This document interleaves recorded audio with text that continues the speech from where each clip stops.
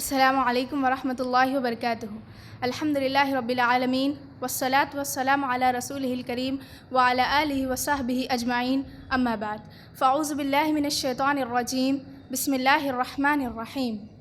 کل نفس ذائقۃ الموت۔ محترم صدر انجمن، مہمانان خصوصی اور میری دینی بہنوں، آج کے اس پر رونق محفل میں میرا موضوع کلام ہے موت سے غفلت کیوں۔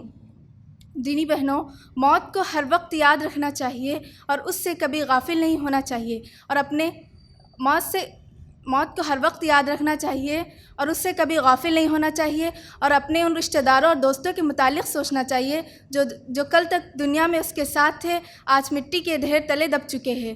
بڑی حیرت ہوتی ہے اس شخص پر جو اپنے کندھوں پر کئی جنازے اٹھا چکا ہو، اپنے ہاتھوں کئی فوت شدگان کو دفن کر چکا ہو، اپنے آنکھوں سے قبرستان کے کئی خوفناک مناظر دیکھ چکا ہو، اپنے کانوں سے کئی لوگوں کی اچانک موت کے واقعات سن چکا ہو، اور پھر بھی اپنی موت سے غافل ہو۔ حضرت ابو ہریرہ رضی اللہ عنہ سے روایت ہے کہ رسول صلی اللہ علیہ وسلم نے فرمایا، لذتوں کو ختم کر دینے والی چیز یعنی موت کو زیادہ سے زیادہ یاد کیا کرو، کیونکہ جو شخص بھی اسے تنگ حالی میں یاد کرتا ہے، اللہ تعالیٰ اسے خوشحال بنا دیتا ہے۔ دینی بہنوں، موت اور موت کے بعد آنے والے تمام مراحل کٹھن اور انتہائی خوفناک ہے۔ اس لیے سچا مومن جب بھی موت اور قبر کا تصور اپنے ذہن میں لاتا ہے تو اس کے رونگٹے کھڑے ہو جاتے ہیں اور وہ اس کے خوف سے کانپ اٹھتا ہے۔ اس کی مثال یوں سمجھ لیجئے جیسے کہ انسان کو پرخطر سفر طے کرنا ہو تو وہ سفر شروع ہونے سے پہلے ہر وقت اس کے متعلق سوچ و بچار میں پڑا رہتا ہے اور ہر ممکن حد تک اس کے خطرات کو کم کرنے کی کوشش میں لگا رہتا ہے۔ بالکل اسی طرح آخرت کا سفر ہے جس کا آغاز موت سے ہوتا ہے۔ اس کی پہلی منزل قبر ہے۔ جی ہاں، ایک تنگ و تاریک کوٹھری کے جہاں کوئی دوست کام آئے گا، نہ رشتہ دار ساتھ دیں گے۔ کہا احباب نے ہر دفن کے وقت، اب ہم وہاں کا کیا حال جانیں۔ کہا احباب نے ہر دفن کے وقت، اب ہم وہاں کا کیا حال جانیں۔ لحد تک آپ کی تعظیم کر دی، آگے آپ کے نام اعمال جانیں۔ پھر اس کے بعد آنے والی تمام منزلیں اس سے بھی زیادہ سنگین، تو ایسے پرخطر سے آخر ہم لوگ کیوں غافل ہیں؟ موت کا تصور ہمیں کیوں نہیں جھنجھوڑتا؟ موت کو یاد کر کے ہم خواب غفلت سے کیوں بیدار نہیں ہوتے؟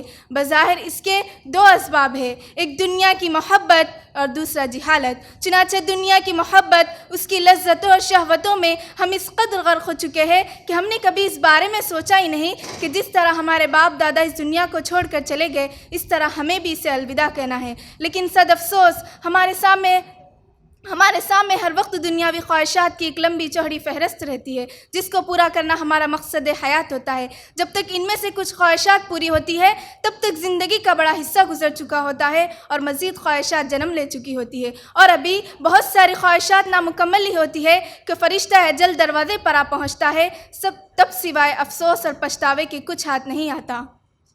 حضرت انس بن مالک رضی اللہ عنہ بیان کرتے ہیں کہ رسول صلی اللہ علیہ وسلم نے فرمایا، ابن آدم جیسے جیسے بڑا ہوتا ہے اس کے ساتھ دو چیزیں بھی بڑی ہوتی رہتی ہے، حب المالی، مال کی محبت، و طول العمری، لمبی زندگی کی خواہش۔ جہاں تک موت سے غفلت کا دوسرا سبب یعنی جہالت کا تعلق ہے تو اس سے مراد یہ ہے کہ بہت سارے لوگ اپنی جوانی سے دھوکہ کھا جاتے ہیں اور وہ یہ سمجھتے ہیں کہ موت تو جوانی میں نہیں بڑھاپے میں آئے گی، اور وہ یہ سمجھ کے موت سے غافل ہو جاتے ہیں۔ حالانکہ اگر وہ اپنے محلے میں بوڑھے لوگوں کی گنتی کرے تو شاید وہ 10 سے بھی کم ہو۔ یہ اس بات کی دلیل ہے کہ زیادہ تر لوگ بڑھاپے تک پہنچنے سے پہلے ہی وفات پا جاتے ہیں، جبکہ کئی لوگ اپنی تندرستی سے دھوکہ کھا جاتے ہیں اور وہ یہ سمجھتے ہیں کہ موت تو بیماری کی حالت میں آتی ہے۔ حالانکہ اگر وہ اپنے آس پاس رہنے والے لوگوں کا جائزہ لے تو انہیں معلوم ہوگا کہ کتنے لوگ صحت مند ہونے کے باوجود اچانک اس دنیا سے رخصت ہو جاتے ہیں۔ تو کیا ان جیسی اچانک موت ان پر نہیں آ سکتی؟